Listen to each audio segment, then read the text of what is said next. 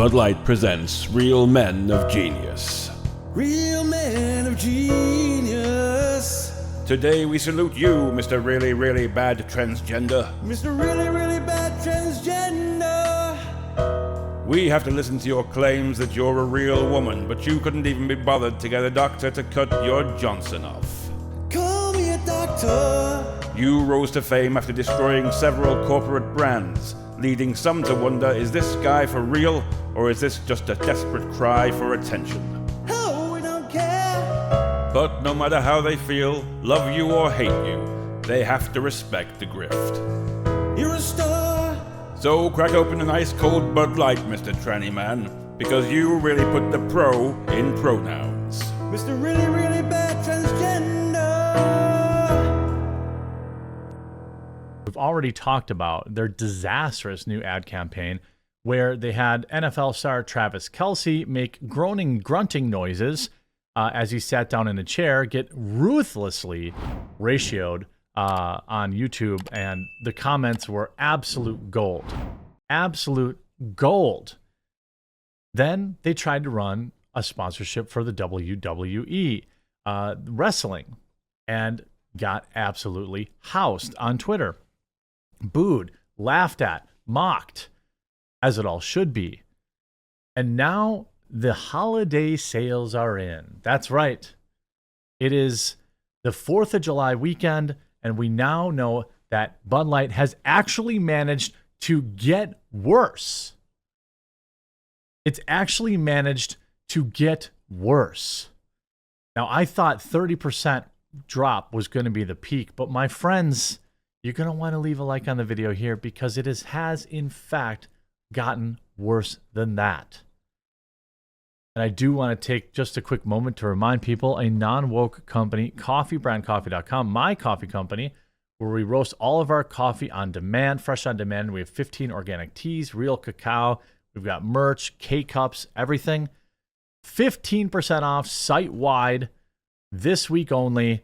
If you haven't tried us out yet, there's over 5,100 reviews that you can read about the product.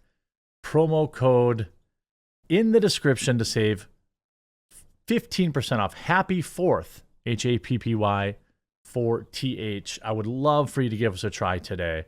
And hey, if you don't like it, I will happily refund your money. Now, this new Bud Light sales crashed in the latest data. Sales by units are down more than 31%. The bloodbath simply isn't ending for Bud Light, yet the company still won't apologize for teaming up with Mulvaney. Now, I will say this much. I don't believe they ever will apologize for teaming up with Mulvaney. I don't think that they have any kind of position left to do that. I think that whoever is the how do I say, one making the decisions at the company, they've decided that, nope, we're going to have this disaster. We're going to ride it out. Bud Light has been under constant pressure. By the way, I've seen it happen already over all sorts of, 4th of July conversations and things of that nature. Bud Light has been under constant pressure since the incredibly dumb Dylan Mulvaney ad, and sales have fallen off a cliff since the start of April. With the 4th of July here, people are getting ready to grill out, drink ice-cold brews.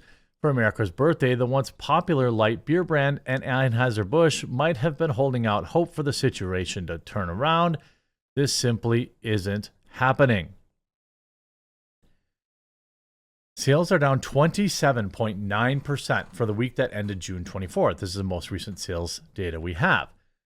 According to data from Nielsen IQ and Bump Williams Consulting, that's just barely better than the 28.5% decline from the previous week, according to the same data. However, the numbers only got worse the more you dig in. Units sold dropped a shocking 31.3% compared to the same window last year. And Bud Light isn't even alone in its struggles. Just like previous data, Bud Light is hardly the only Anheuser-Busch brand struggling. Michelob Ultra is down 4.4% and Budweiser is down 12%. Meanwhile, Modelo units sold increased 6.4% according to the same data. The Mexican beer has been the top selling beer in America since May. Anheuser-Busch's market cap has also dropped a staggering $27 billion since the crisis began, and it was started by Dylan Mulvaney in the ad. The projections for Bud Light's future also appear to be very bleak. Bump Williams Consulting VP David Williams told the New York Post, unless something dynamic happens to bring the lapsed Bud Light customers back into the fold, I don't think we can expect anything to reverse its course. It is no longer fixable. It seems like the situation gets worse and worse with every passing day. One thing is for sure, people simply aren't ready to forgive and move on yet. Well, that's because Bud Light is refusing to apologize. It's just, you're not going to do that. Nobody's going to, come back if you don't apologize. They're not just going to say, oh my God, there's no other option than Bud Light. I better just go back, come crawling back. It doesn't work that way. A photo of Bud Light left on shelves during 4th of July weekend goes viral. A photo of Bud Light left on the shelves at stores during the 4th of July weekend has gone viral on social media on Sunday as the beer company continues to face an ongoing boycott. The photo comes as Bud Light and its parent company Anheuser-Busch continue to face criticism and a boycott after partnering with Dylan Mulvaney. A row. Oh, yeah, we already know all that. Okay, so here's the tweet. And it's Timmy Pools. It's Timmy Pool. Tim tweeted this. You can see all the Miller Lite's gone, all the Coors Light's gone, most of the Budweiser's still there. They're jam-packed with Bud Light Lime. I think down here looks like Michelob Ultra. I'm not really a beer drinker. I can see Heineken way down there. That seems pretty untouched. I'm not off the top of my head. I'm not totally sure. You see, here you see this person, user domestic M30. I don't know, meows, domestic meows maybe. Notice the same thing at my Hood Mart. All the Bud Light Lime. Budweiser looks like it's got some sales. But Coors is completely sold out.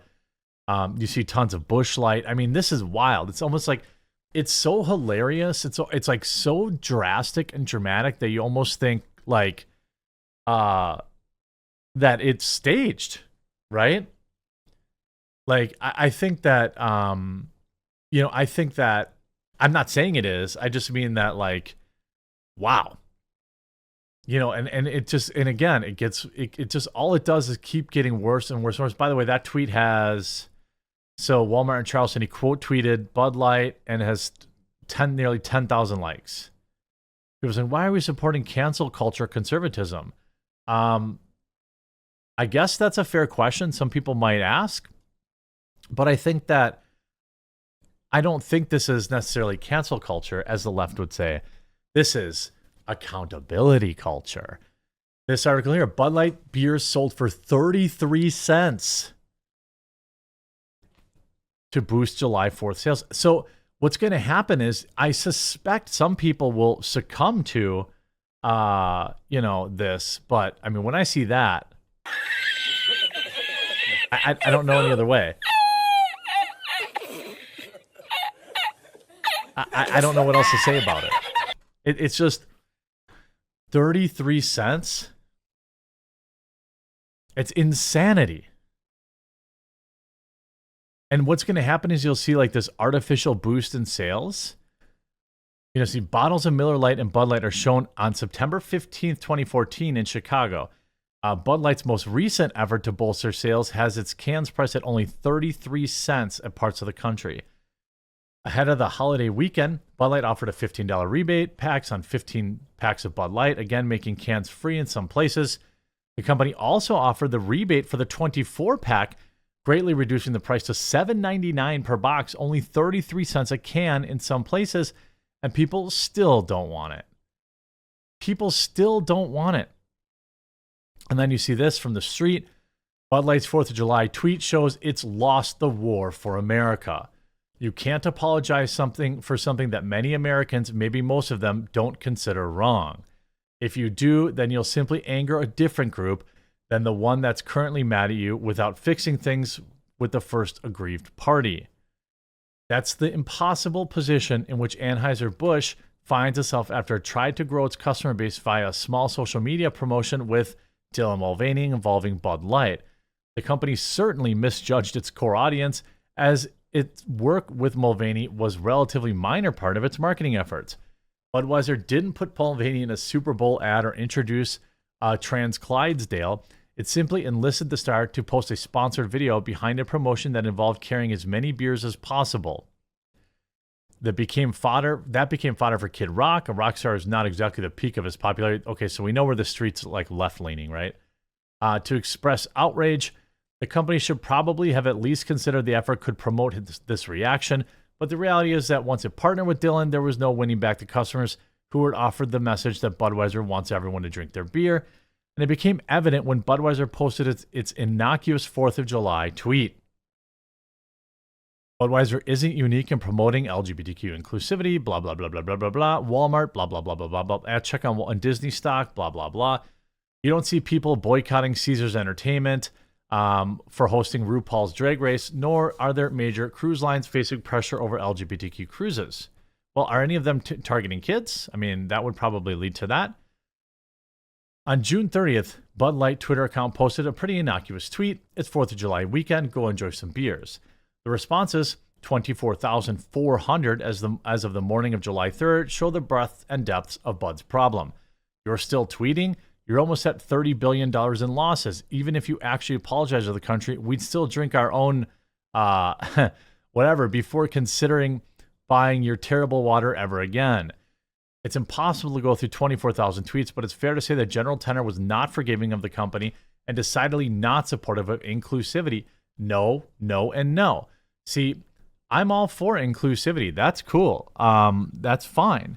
I am not in favor of Dylan Mulvaney, who, in my opinion, is engaging in woman face, who is engaging in activity that, how do I put this, like is a mockery of, many feel, is a mockery of women.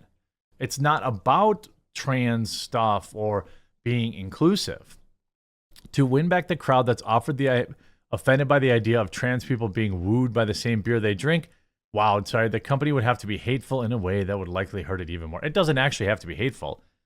It could have apologized immediately and said like, hey, we didn't want to get political, and that would be the end of it. But now they seem to be doomed, and it's a never-ending death spiral that I'm having an absolute ton of fun reporting on. So if you're enjoying it too, make sure you leave a like on the video because it helps new people find the channel.